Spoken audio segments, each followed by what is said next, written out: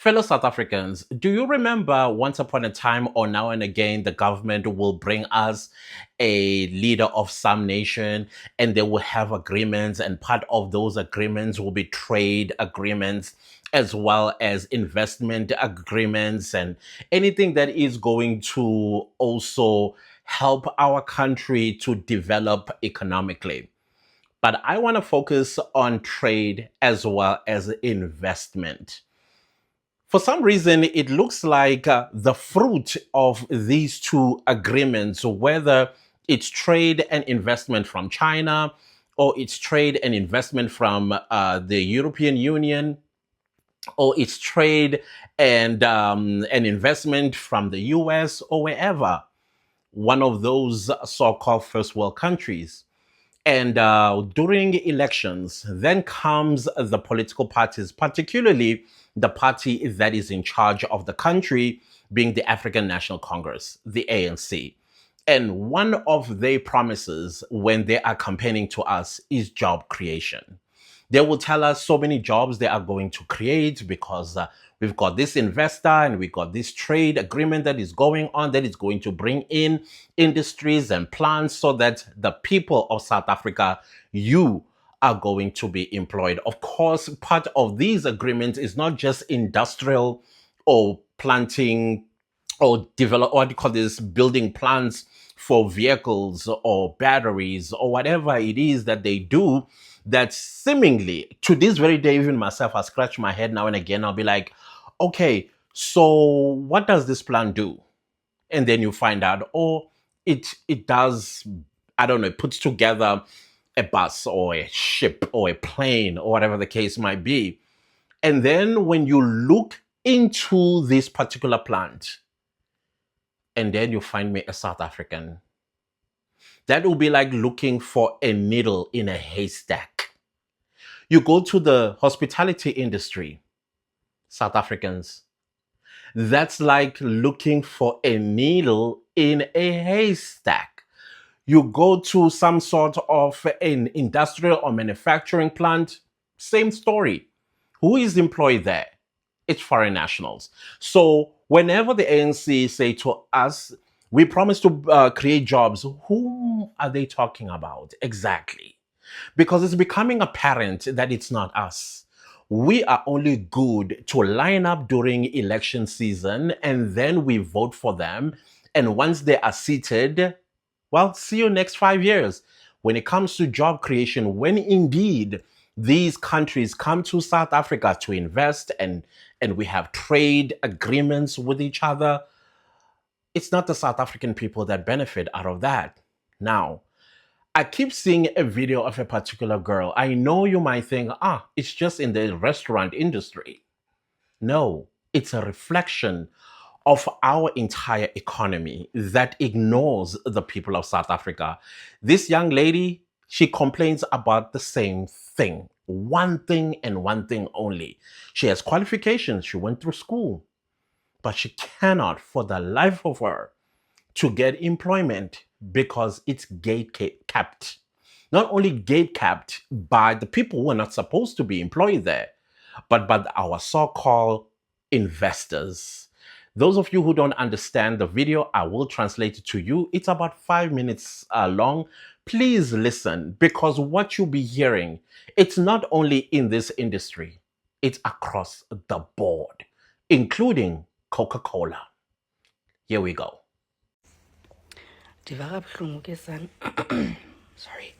So today bendiye kwi-Nantsika, bendiye kwi-interview. Ndiqale phi nale nto ndifuna uyibalisa. So ndiyi-qualified chef ne, okay fine, but andisebenzi. And also i-experience yam kwi-industry imbi, nabantu bokufika imbi kakhulu. Bandihlukumeza abo bantu sana ku-workplace. And indawo yokugqibela ndandiphangela kuyo, I was the only black person, I was the only qualified. Okay, ke nabo bamnyama black people, but ibingabantu bokufika nje. Lonke lakhitshi uzuqonda i-front of house, nami yayicinga fanuba ndingabo. like abantu bokufika ndathi hayi yayibo tshi ndiwalapha eMzantsi ndingumXhosa. So ndithi ke yayindim ndedwa kulaa ndawo ndandiphangela kuyo umXhosa and oqualified ke phofu ekhitshini. Imagine ikhitshi eliphekela abantu, you know. So I was the only one, that was the only qualified one. And yaqala uba khona i-qualified chef ngam. Fine, I worked there, but andibalisileyo ke endiyibalisayo eyanamhlanje ndiye kwi-interview ke kule ndawo.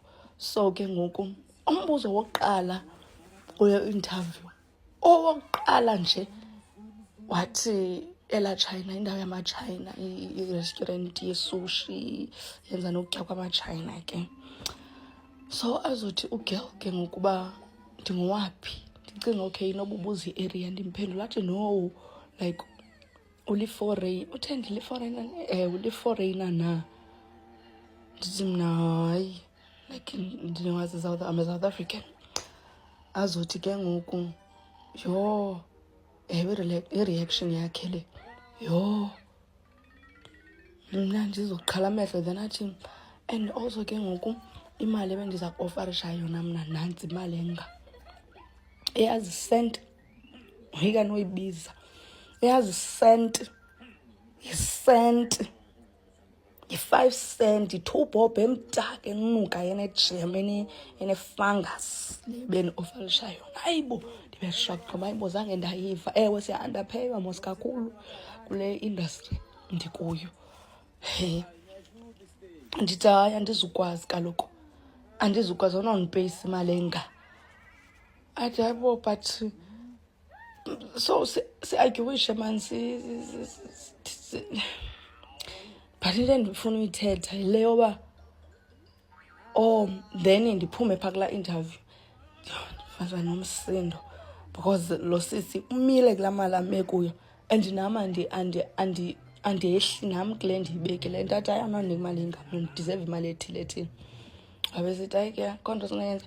Sakhe sajamelana, undixakile because uyandothusa nondothusa bayibo. So thina as South Africans asideserve ne okanye abafuni thina, bafuna aba bazawuthi yes ma'am, yes sir, irayithi tu bob, yes ma'am. Yho bethuna. So ndiphume phaa ndibhale status ke nomsindo ndithukisi bayosana mawahamba amagweja, like ayimoshile i-industry yethu as chefs, mawahambe. So hayi sana li-comment igweja economy girl ke ngoku lo kule ndawo ndithi bendiphayela kuyo, comment sana laa girl uba ngeke sis asiye ndawo, leave us alone. Hayi bo, kandimphenduli, angamphendula no, because ndizamphendula ndithini because uyandonyanyisa.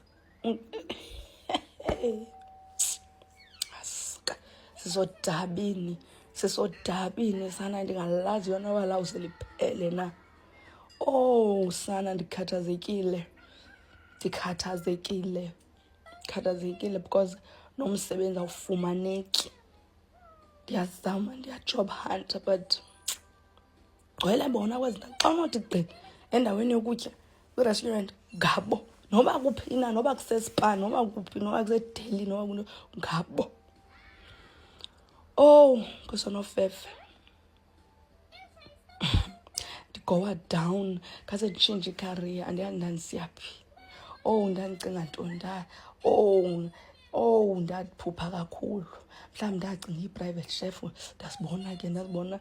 But and also ke ngoku into edika is that in order for you to reach eza levels zoba head chef, ube yintontoni, ube yi-executive, ube yintontoni, funa experience le ingade igadarisheke because kaloku ugcwele bona kwezi ndawo, aqasheki. Hayi ke sikwazi ke thina baneempepha, banye ke badla ngosithatha kuba umntu mhlawumbi ufuna usebenzisa amaphepha ako xa kunofika ii-inspectors.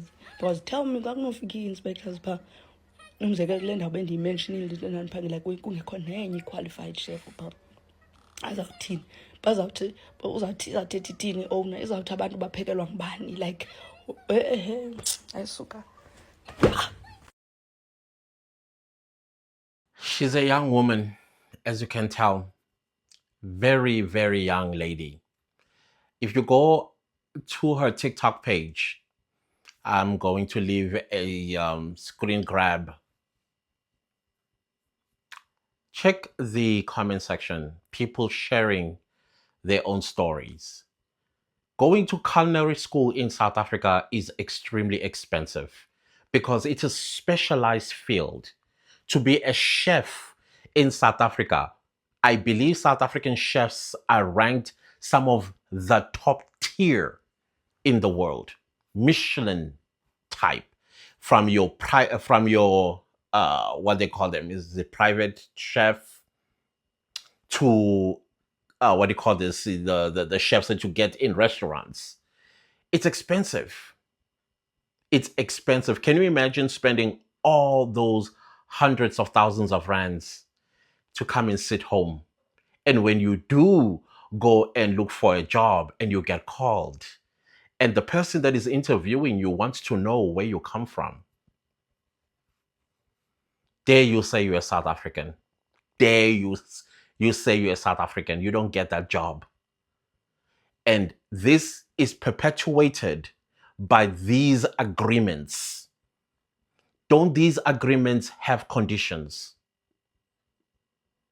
Don't they have conditions? Because we get told when G20 comes to South Africa, this is what's going to do. These are the benefits that we are going to grab from that. And it's for foreigners. When you are promised a job by the ANC during election campaign, you are not in the picture. It's not for you. All you have to do is go rubber stamp this so-called investment trade so that a foreign national, instead of you getting the job, it's them. You need to have a sit down with your grandparents, your aunts, your uncles, the ones that say, "E Patika Mandela." You need to sit them down, show them what their votes are doing to you. Tell them bluntly, cry, wail, do whatever you have to do to show them that the power of their vote renders you useless with the degrees and the diplomas that you are holding. Ipatika Nelson Mandela hates me. And if you are going to vote for it, I'm going to stay at home again for the next 5 years. And iminyaka iyahamba. Because in South Africa, once you hit 35 years old, allegedly, you are now useless. Unfair discrimination. Section 9 of the Constitution, the Equality Clause. Why no 35-year-old has taken the government to court yet on that? Boggles my mind. I'm not in that age group, so if you're not going to do anything, why don't chatting your pap? That's what you're going to tell me. So those of you that did not understand the Xhosa language, basically in a nutshell, she was saying she is a professional chef. She has all the degrees and the qualifications. She went to culinary school, some of the best.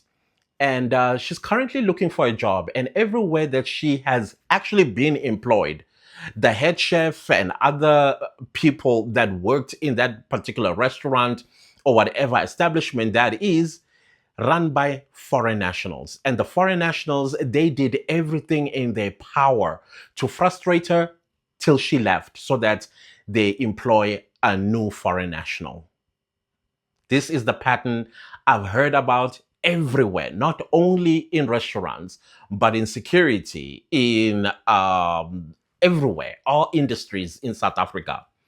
The recent case that I saw was of a South African lady that was working at ShopRite in Eastgate Mall, not Eastgate, East Rand Mall or something like that. I think it was Checkers. She was sharing how after like I think it's close time, there's this thing called stock taking. So she was accused of I don't know, stealing or something like that. And the manager is a Zimbabwean. The security officer that was called to apprehend her, Zimbabwean. And of course, they had to write her up and they fired her. No process, by the way. No process was followed. She was chucked out. She came onto TikTok and then she alerted us as to what is exactly going on. That's because when she got fired, they replaced her with a Zimbabwean lady. This is our so-called investors and traders that trade with us, or whatever the business is that they always tell us. So people also in this, under her video, they were asking, where is this place? Where is this place? She was reluctant in telling them where the place, but eventually she started giving them where that place is. And then in my head, I thought maybe we need to start driving a campaign like that.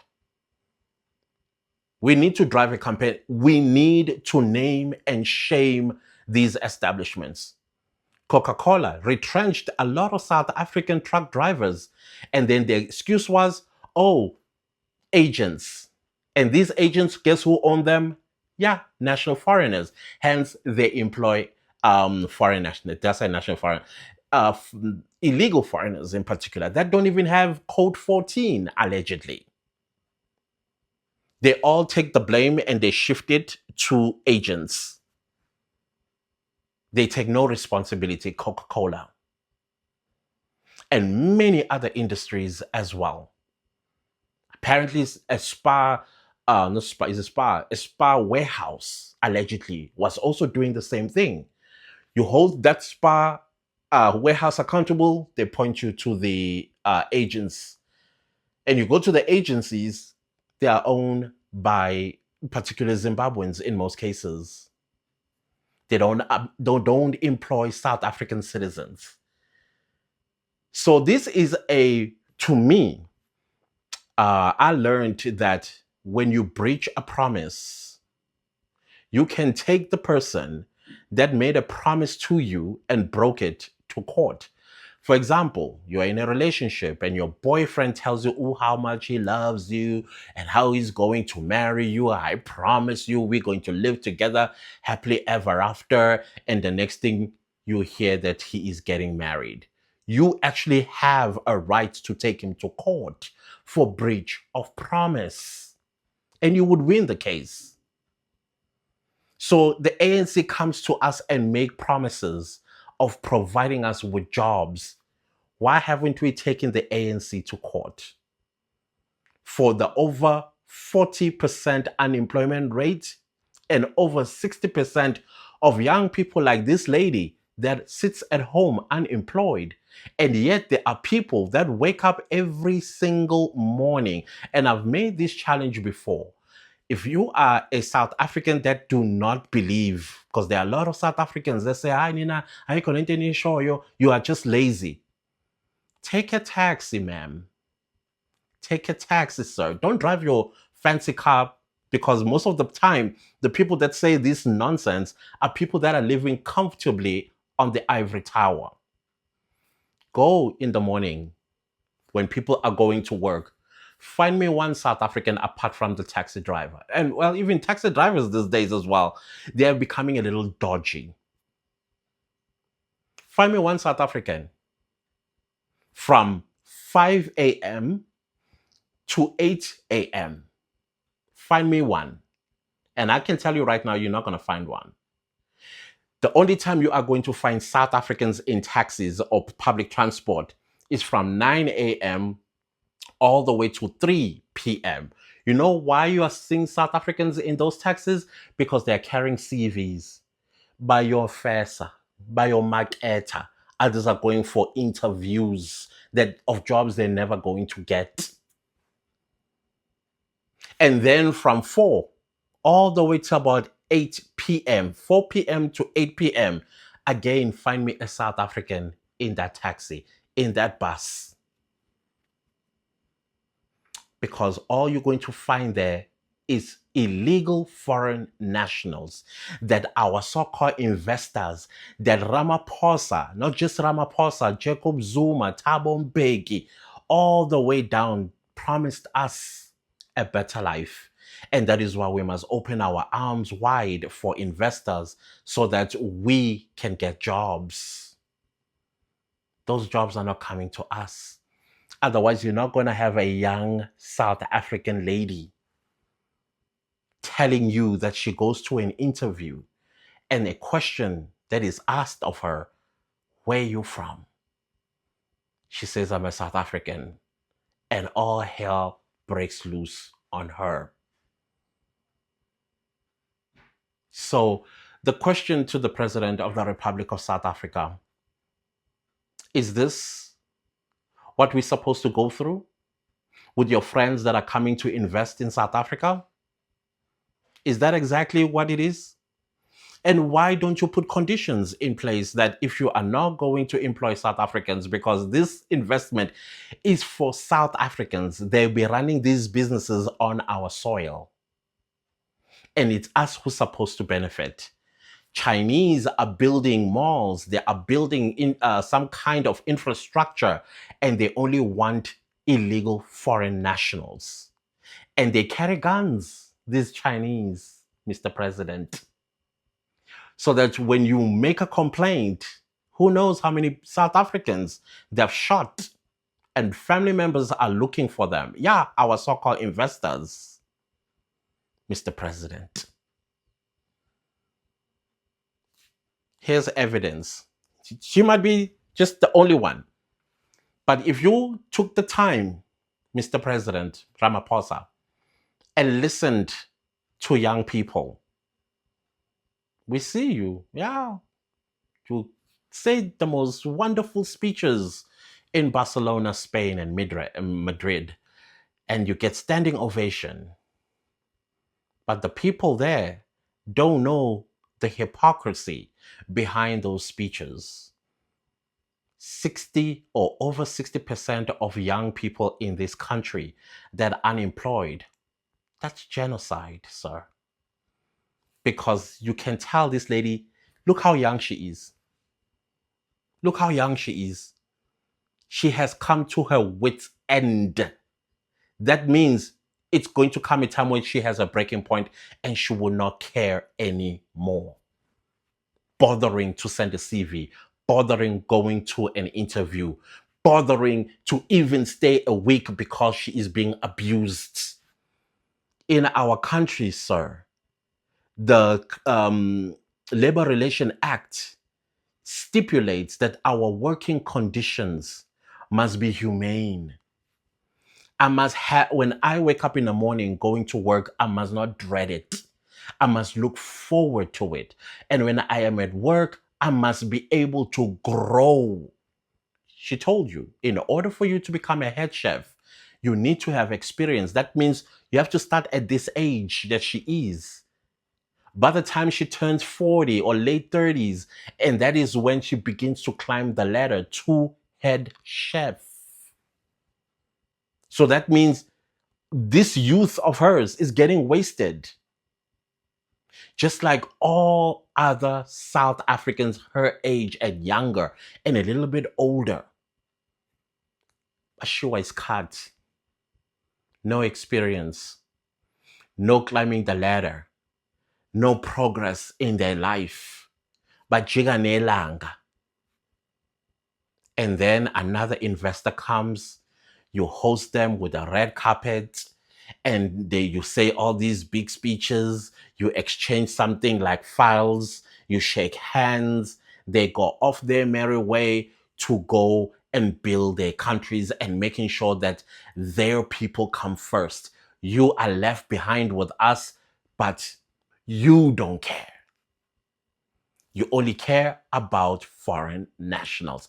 Illegal foreign nationals. They are the ones that wake up every morning. Do you know how painful it is when either the 25th or the 27th or the 30th hits and you so happen to be in town and you are seeing foreign nationals with big smiles on their faces, filling up our malls and having a great time and sending, you can see them at ATMs. They are sending money and they also have these makeshift remit establishments. They are putting money there to send to their families, while your people, Mr. President, twiddling their thumb. And then on top of that, they are labeled lazy. And then what do? You throw a bone at them, 350 Rand. See what you do with it. Mr. President, this is heartbreaking. I am heartbroken. I am holding back my tears, but this is heartbreaking. She's going to give up pretty soon. Others have come and said, I'm tired of living. Others have said that. I wonder where they are. What did they do? It might not be a physical genocide, but it is. Because some of them, they cannot handle this pressure anymore. They are seeing other people. It's like at home. At home, it's the children of the house with their parents, and then there are other children that just came, taken in by the parents, but they are feeding only them, clothing them, and taking them to the best schools, and they're ignoring their own biological children. Their biological children have to fend for themselves. And then we get called xenophobic. We get called lazy. We get called all sorts of names. And we've taken all of them in. Some even believe this. And then you are going to have pseudo intellects sitting in their cars, put a camera in front, and spew nothing but shit. Mr. President.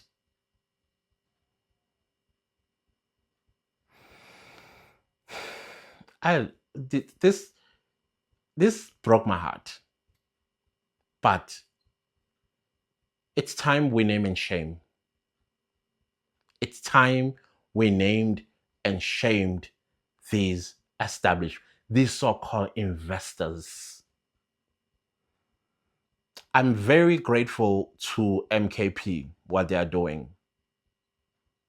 I am very grateful to what they are doing. And then Futi, the way they are doing it, it's very smart. It is so smart. I've always said that, when we do this, we need to do it with a fine comb. Like, we push north. When we push north. KwaZulu-Natal is pushing. Unfortunately, they're pushing towards this side. What are we doing this side in Gauteng? Because we also, when they come, we push up. That is why naming and shaming and what MKP party is doing is pushing north. It's forcing these companies. Otherwise, as the president said, Ramaphosa, you hire foreigners over South Africans, you are committing a crime. So it's about time that MKP and all the others that are doing this go along with South African Police Service. And we need to change the law. Once again, our members of parliament are letting us down. They should be closing these loopholes, because you can't necessarily arrest let's say a restaurant owner that only employs foreign nationals. You can only fine them, not open a criminal case that has a prison term. So the Department of Trade and Industry in Parliament, that portfolio, ought to have put together a bill so that when they charge criminally, prosecute, and sentence to prison for, I don't know, 5 years or something. so that other investors, when they come to South Africa, they know what they are facing if they are not going to employ South Africans. We are being failed by Parliament, fellow South Africans. Yeah, the political parties that you vote for, they are failing this young lady and millions like her. She has a degree in culinary, but she's going to grow old and some stupid guy will come and impregnate her, dump her, and then she becomes even more and more useless. It's sad. It's sad what young people are being put through in this country. 35-year-olds. In fact, if you are 33, about to turn 35 in 2 years, you are the ones that should be forming a class action and take this government to court and declare this age 35 as unconstitutional. Because if you go to Parliament, how many 35-year-olds are there? You'll find people in their 80s, 70s in Parliament. So where did they get this 35-year that you are now useless? The battles we fight in this country, I don't know anymore. I really don't know anymore. But we need to start holding companies accountable. I think at some point, all of us that are unemployed, well, not me, young people, take your CVs while you have these diners sitting and having a great time at restaurants. Come there in like your thousands. Drop your CVs in on all those restaurants wherever they may be. Show them. Because sometimes I think when we talk, they don't see it. But when they see it, because when they'll have to clean and take away these CVs somewhere, go to the most affluent areas, your Nelson Mandela Square, or better yet, take all those CVs and put them right in front of the statue of Nelson Mandela at Mandela Square. The symbol is right there of a better life for all. Is that it? Is that it? We need to be active, fellow South Africans, especially young South Africans. Do not allow yourselves to be rendered useless and actually believe that you are useless. Learn to boycott. Learn to boycott. Anything that does not stand with you, boycott it. Influencers, boycott them. Celebrities, boycott them. Boycott anything and everything that does not speak, that does not use their platform to fight for you. Do it. Do it. Instead, we are running, going to Rocco Mama and doing hot chili challenges. How's that? I know somebody's going to say, oh, come on, chill. I know. I understand. But if we can make something like that to trend, why not we make submitting CVs in millions trend? In millions. Like, we go to legislatures, we go to council houses, we go to restaurants, so we go everywhere. Place them in front of entrance so that the people, if you are on the other side, because when you open that door, all those stuff is going to fall on you. Reality check. But importantly, young people, you need to sit down, your elders, They are the ones that are killing you with their vote for the ANC.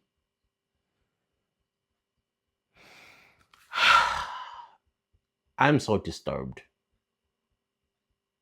I am thoroughly disturbed. Wow. South Africa. Anyways, guys, let me know what you think in the comment section. What must happen? You are the one with the power in your hand. What should we do with it? Cause Mina, I don't know what to say anymore. I really don't. Anyways, before this video is way too long, let me leave it right here. But food for thought. Goodbye.